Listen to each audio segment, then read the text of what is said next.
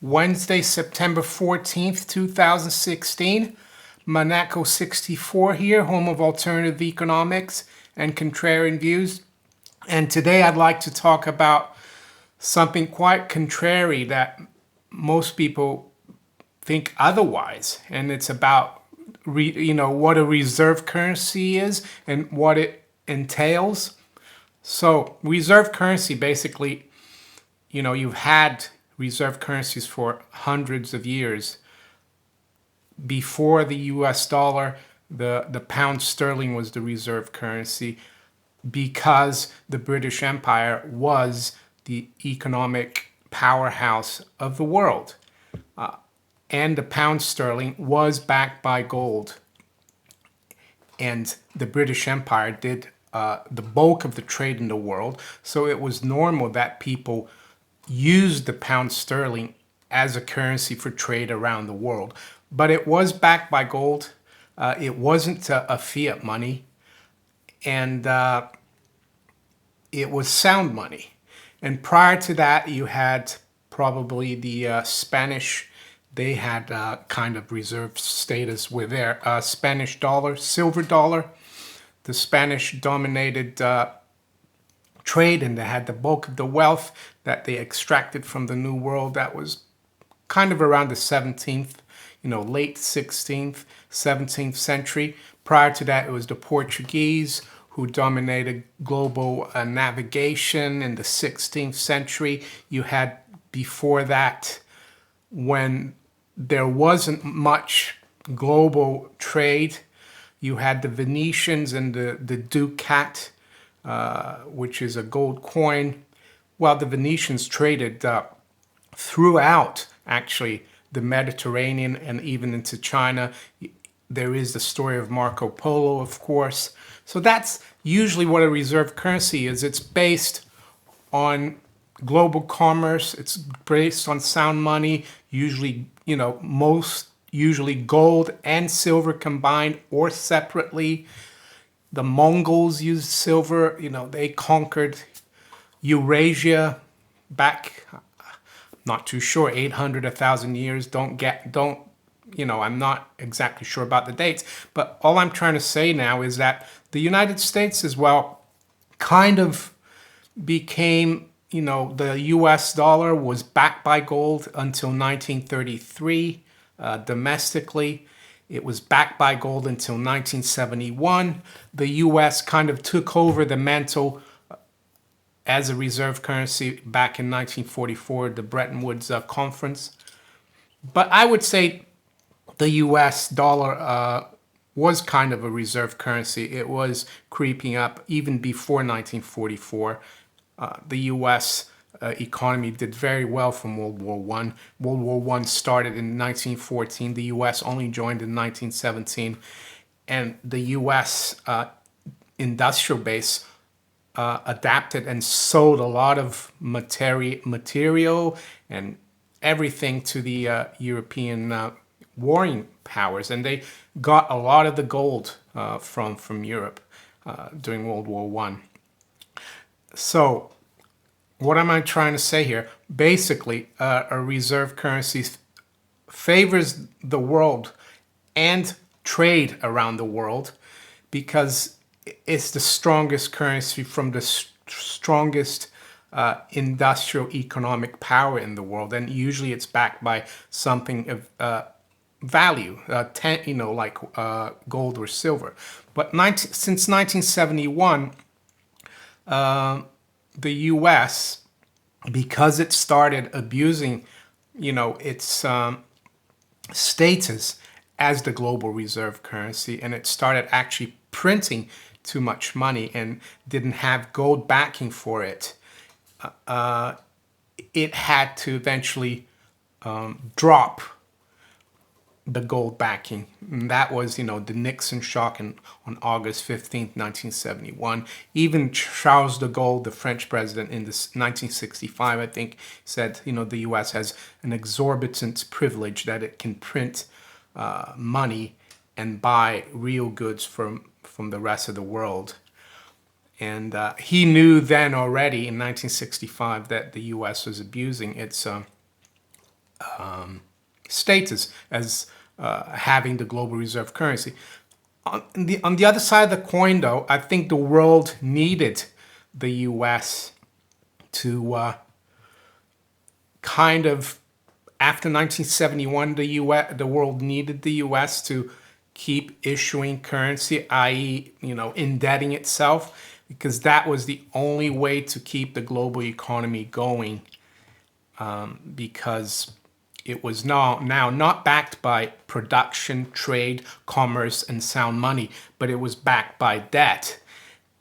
And it's had two effects. Yes, the U.S. has had the privilege that they can buy real things with printed money.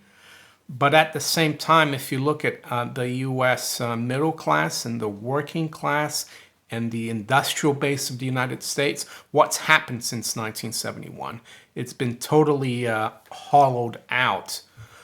All the industrial might of the U.S. has been like transferred to countries that are, in Asia, South America, Europe, wherever.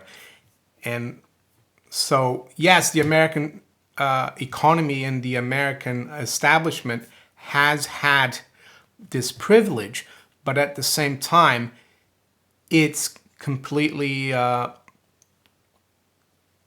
emaciated America. And I think one of the symptoms of this is called globalization. The excuse for this huge amount of debt being issued to keep the global economy or world economy going is globalization.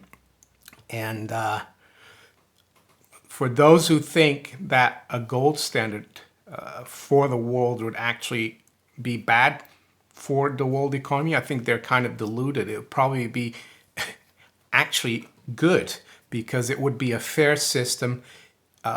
Countries that have advantage in doing something would be doing that. You wouldn't have what we have today, where we have these imbalances. The central bankers talk about these imbalances, that the emerging markets and some countries have too much savings and other countries have too much deficits and debt. But that's only because we've gone on this debt-based global reserve currency. So what I'm trying to say here is that there is a lot of talk, and I've made a video recently, and I've got a lot of views on it, about October 2nd, which is the Shemitah, and then also October 1st is when the Chinese renminbi or yuan officially joins the SDR basket. There's Jim Rickards talking about an event on September 30th, which is the last working day before, October, talking about an event where there will be a currency reset. Maybe there will be, a lot of these things happen gradually, but it is possible that it could happen in one go and be a shock, like on August 15th, 1971. But I guess we only have to wait a couple of weeks, just over a couple of weeks, to find out. But whatever happens on beginning of October, I think it will actually be a blessing in disguise for the American economy, the UK economy, all the Western countries that have, indebted themselves because of the privilege of being, in this dollar system. And I know that the U.S. has had, the global reserve currency status, but countries like the UK and some other European countries, they've benefited because they've ridden on the coattails of the US dollar. And that the symptoms of this system that is, in my opinion, the fiat money global currency, reserve currency, is imploding, in my opinion. And we'll have to go to a system that's more based on real anchor, monetary anchor, and that would be gold. I'm not sure if silver will be included in it, but indirectly it will be. Or if the the burden of the global reserve currency will be spread out, and it will not only be a burden for the US, but it will be a burden for China, the European Union, some other emerging market countries.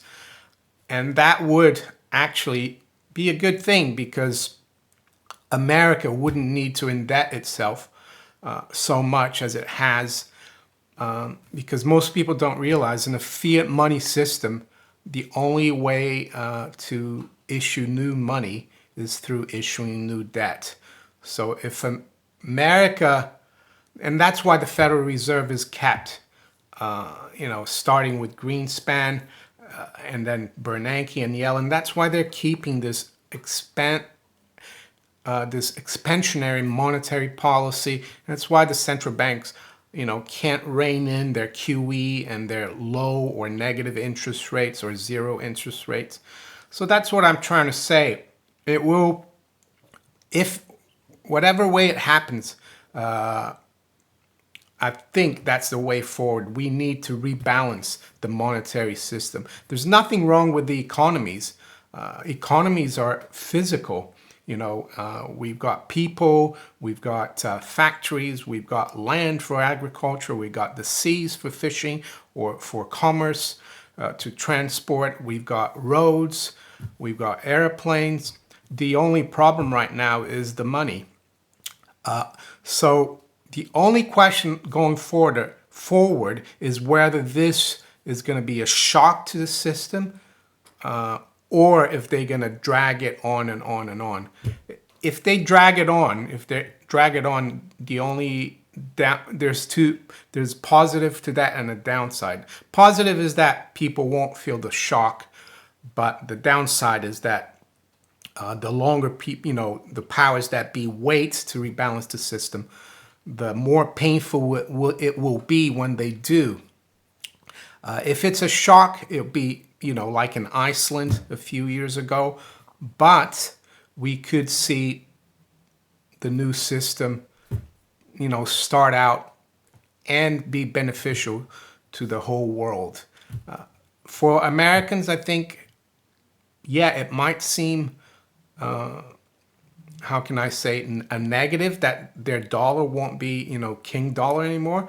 But in the medium to long term, it will be probably the best thing for the U.S. economy, because it will probably lead to a rebirth of real things, industry, and not just the service economy and consumption, but actual real wealth creation.